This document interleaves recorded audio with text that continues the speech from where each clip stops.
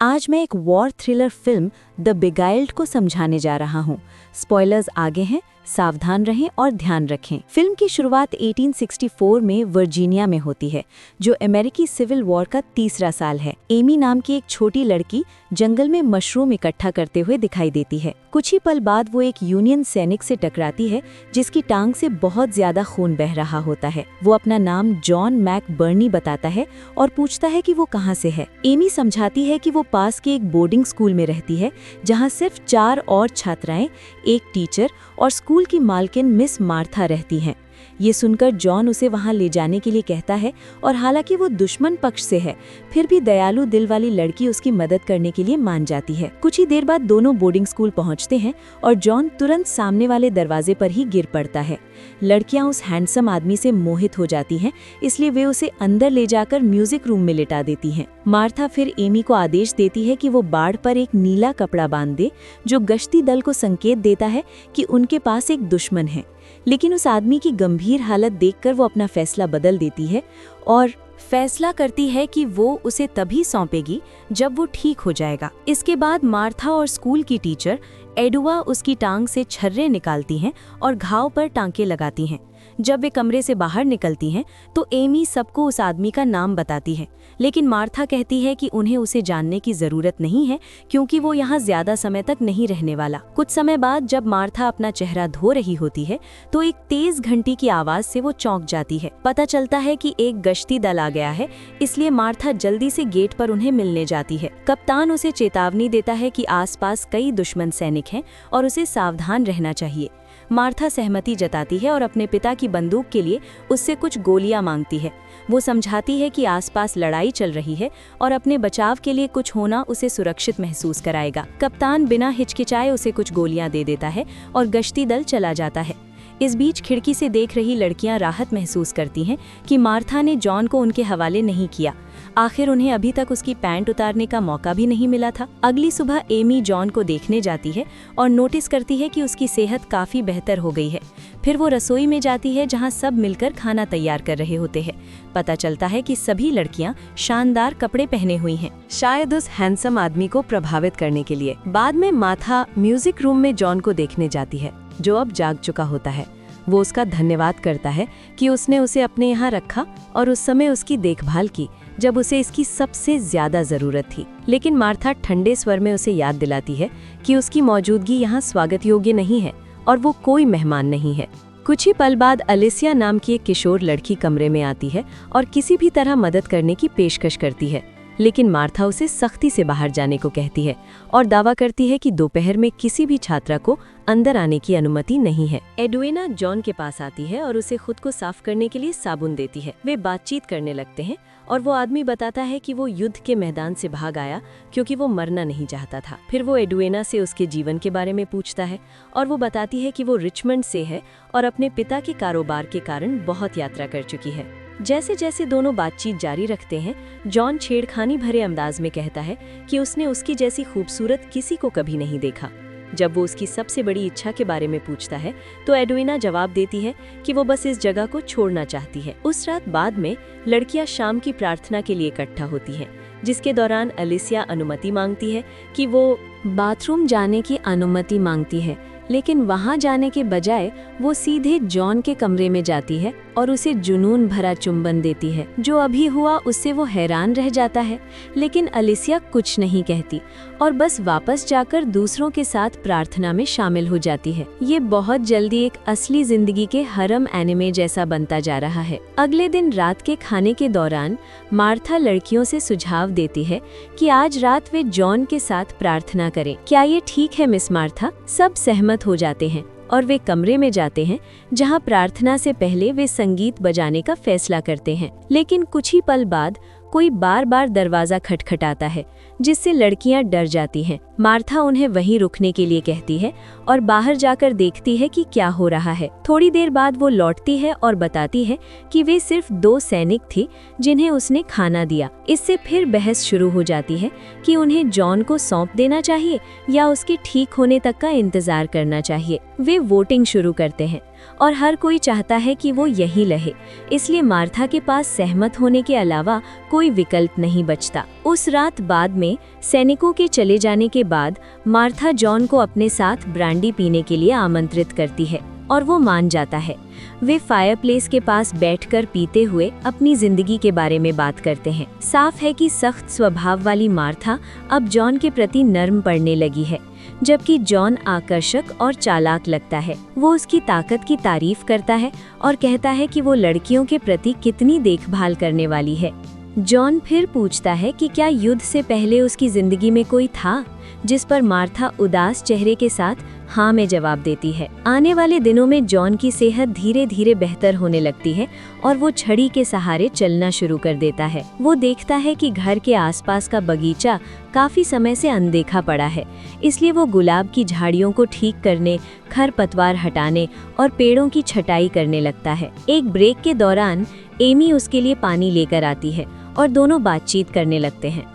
John कहता है कि वो उसकी सबसे अच्छी दोस्त है क्योंकि उसी ने उसकी जान बचाई थी। ये सुनकर एमी बहुत खुश हो जाती है और उत्साह में घर की ओर दौड़ पड़ती है, लेकिन जल्द ही ईर्ष्यालु अलिसिया उसे रोक लेती है और पूछती है कि क्या एमी जॉन के साथ बाकी लड़कियों की बुराई कर रही थी। इसी बीच जॉन काम करता रहता है और देखता है कि एडवा खिड़की से उसे देख रही है। तभी मार्था उसके पास आती है और उसकी मेहनत के लिए धन्यवाद देती है। फिर वो उसकी टांग को देखती है और कहती है कि इस हफ्ते के अंत तक वो जाने के लायक हो जाएगा। ये सुनकर चिंतित जॉन सुझाव देता है कि उन्हें एक माली की जरूरत पड़ सकती है क्योंकि अभी भी बहुत काम बाकी है।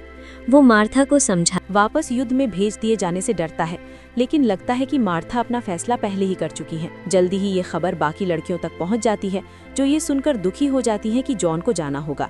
इसलिए वे मार्था को मनाती हैं कि उसे डिनर के लिए बुलाया जाए, क्योंकि वो हमेशा अपने कमरे में अकेले ही खाना खाता है। इसके बाद एडवा जॉन से मिलने जाती है और कहती है कि वो नहीं चाहती कि वो जाए। जॉन जवाब देता है कि वो भी नहीं जाना चाहता और स्वीकार करता है कि उसके मन में उसके लिए भावनाएं हैं। एडवा को संदेह होता है, लेकिन जॉन जोर देकर कहता है कि वो पहली मुलाकात से ही उसे पसंद करता है और बस डर रहा था। वो कहता है कि वो युद्ध से थक चुका है और उसे अपने साथ भागकर शादी करने का प्रस्ताव देता है। ये सुनकर एडवा भावुक हो जाती है और दोनों एक चुंबन साझा करते हैं, लेकिन जैसे ही बाकी लड़कियां आ जाती हैं, वे तुरंत अलग हो जाते हैं और जॉन को डिनर के लिए आमंत्रित करती हैं। शाम को सभी लड़कियां जॉन को प्रभावित करने के लिए अपने सबसे अच्छे कपड़े पहनती हैं। मार्था एडवा के खुले कंधे की आलोचना करती है और उसे ढकने के लिए कहती है, लेकिन जॉन अचानक विषय बदल देता है और स्वादिष्ट एप्पल पाई के बारे में बात करने लगता है, और एप्पल पाई से उसका मतलब उस खुले कंधे से होता है। एलिसिया गर्व से कहती है कि उसने इसे बनाया है, जिससे एडवा बहुत जलती है।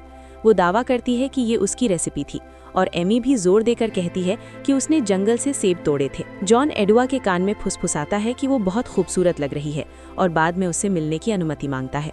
इसके बाद वो मार्था के नाम जाम उठाता है और कहता है कि वो अब तक की सबसे बहादुर महिला है जिससे वो मिला है। डिनर के बाद सब अपने अपने कमरों में चले जाते हैं और मार्था और जॉन उसके कमरे के दरवाजे पर खड़े बहुत करीब आ जाते हैं।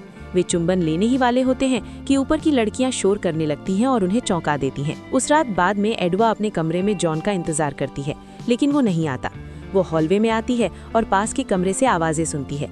एडवा दरवाजा खोलती है और देखती है कि एलिसिया और जॉन साथ में हैं। ये देखकर वो टूट जाती है और तुरंत वहां से भाग जाती है, जबकि जॉन अपने आप को समझाने के लिए उसके पीछे जाता है, लेकिन वो उसकी बात सुनने से इनकार कर देती है और उसे धक्का दे देती है, जिससे वो सीढ़ियों से गिर जाता है और उसकी पहले से घायल टांग और बुरी तरह टूट जाती है।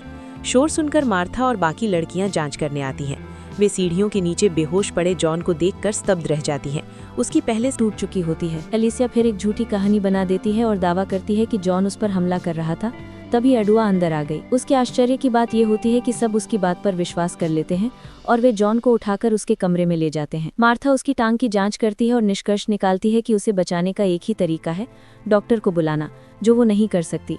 इसलिए वो फैसला करती है कि संक्रमण को फैलने से रोकने के लिए उसकी टांग काटनी ही पड़ेगी। वो एडवा से आरी और एनाटॉमी की किताब लाने को कहती है और दुखी महिला आंसुओं के साथ उसकी बात मान लेती है। सुबह लड़कियां आंगन में जॉन की टांग को दफनाने के लिए एक छोटा सा समारोह करती हैं। इसी बीच घर के अंदर वो जागता है और ये देखकर भयभीत हो जाता है कि उसकी एक टांग गायब है। वो घबराकर जोर जोर से चिल्लाने लगता है और जल्द ही मार्था और एडवा उसे शांत कराने पहुंचती हैं। वो माफी मांगती हैं और समझाने की कोशिश करती हैं कि उसकी जान बचाने के लिए उन्हें उसकी टांग काटनी पड़ी, लेकिन जॉन उन दोनों पर आरोप लगाता है कि उन्होंने उसके साथ क्रूरता की क्योंकि वो उनके बजाय अलिसिया के कमरे में गया था। वो उन्हें बदला लेने वाला कहता है और गालियां देने लगता है। डरी हुई मार्था उसे कमरे में बंद कर देती है, लेकिन वो चिल्लाता ही रहता है, जिससे घर में सब डर जाते हैं। कई घंटे बाद जब जॉन आखिर शांत हो जाता है तो अलिसिया उससे मिलने आती है और जो हुआ उसके लिए माफी मांगती है। ये साफ हो जाता है कि दोनों के बीच संबंध थे और वो उसे हौसला देने की कोशिश करती है कि वो जल्द ही फिर मजबूत हो जाएगा। लेकिन गुस्से से भरा आदमी आक्रामक रूप से उसके बाल पकड़ लेता है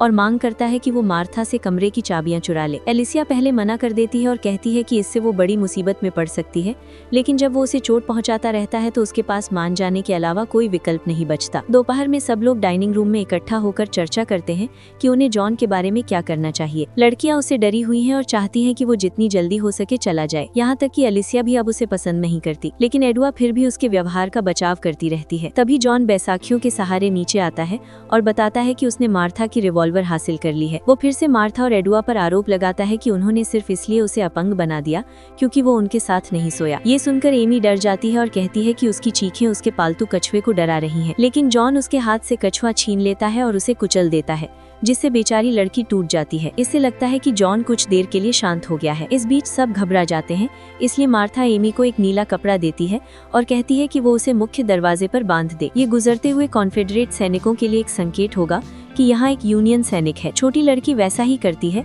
और नीला कपड़ा बांध देती है, लेकिन दुर्भाग्य से जॉन उसके पीछे आ जाता है और तुरंत उसे हटा देता है। डरी हुई एमी भाग जाती है, लेकिन गुस्से में जॉन उसका पीछा करने लगता है। कुछ पलों बाद मार्था एमी की चीख सुनती है और बाहर दौड़कर देखती है कि क्या हो रहा है। वो जल्द ही एक खलिहान तक पहुंचती है, जहां जॉन बंदूक लेकर एमी को डरा रहा होता है और उसे नुकसान पहुंचाने की धमकी दे रहा होता है। मार्था तुरंत बीच में हस्तक्षेप करती है ताकि स्थिति शांत हो सके और उसे घर के अंदर चलकर शांति से बात करने के लिए आमंत्रित करती है। घर लौटने पर वो लड़कियों को भरोसा दिलाता है कि उसका उन्हें नुकसान पहुंचाने का कभी इरादा नहीं था। वो बताता है कि वो सिर्फ अपंग हो जाने से टूट चुका है और उसे लगता है कि इस जिंदगी से तो मौत बेहतर है। इसके बाद वो धमकी देता है कि अगर उन्होंने उसे फिर से नुकसान पहुंचाने की कोशिश की तो वो सबको एक साथ गोली मार देगा। जॉन ये साबित करने के लिए झूमर पर गोली भी चला देता है कि वो मजाक नहीं कर रहा। फिर वो ऊपर चला जाता है और एडवा तुरंत उसके पीछे जाती है।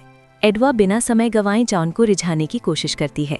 आदमी पहले हिचकिचाता है, लेकिन आखिरकार उसकी बातों में आ जाता है और दोनों फर्श पर ही एक दूसरे के करीब आ जाते हैं। नीचे बाकी लोग उस समस्या का हल ढूंढने की कोशिश करते हैं जो जॉन बन चुका है। लड़कियां उसे फांसी देने या जला देने का सुझाव देती हैं, लेकिन मार्था इतनी क्रूरता नहीं करना चाहती। तभी एक लड़की कहती है कि जॉन को मशरूम बहुत पसंद है और एमी जहरीले मशरूम ढूंढकर उसे खिला सकती है। मार्था को ये अच्छा विचार लगता है और सभी लड़कियां बिना एडवा को बताए इस योजना को लागू करने का फैसला करती हैं। फिर दृश्य शाम का हो जाता है, जहां सब एक बड़े शानदार डिनर के लिए तैयार होते हैं। एडवा के साथ अंतरंग होने के बाद जॉन भी अच्छे मूड में लगता है और डिनर का निमंत्रण स्वीकार कर लेता है। खाने के दौरान वो अपने गुस्से भरे व्यवहार पर शर्मिंदा महसूस करता है और सबसे माफी मांगता है, लेकिन इससे लड़कियां अपना फैसला नहीं बदलती और उसे एमी द्वारा चुने गए खास मशरूम पेश करती हैं।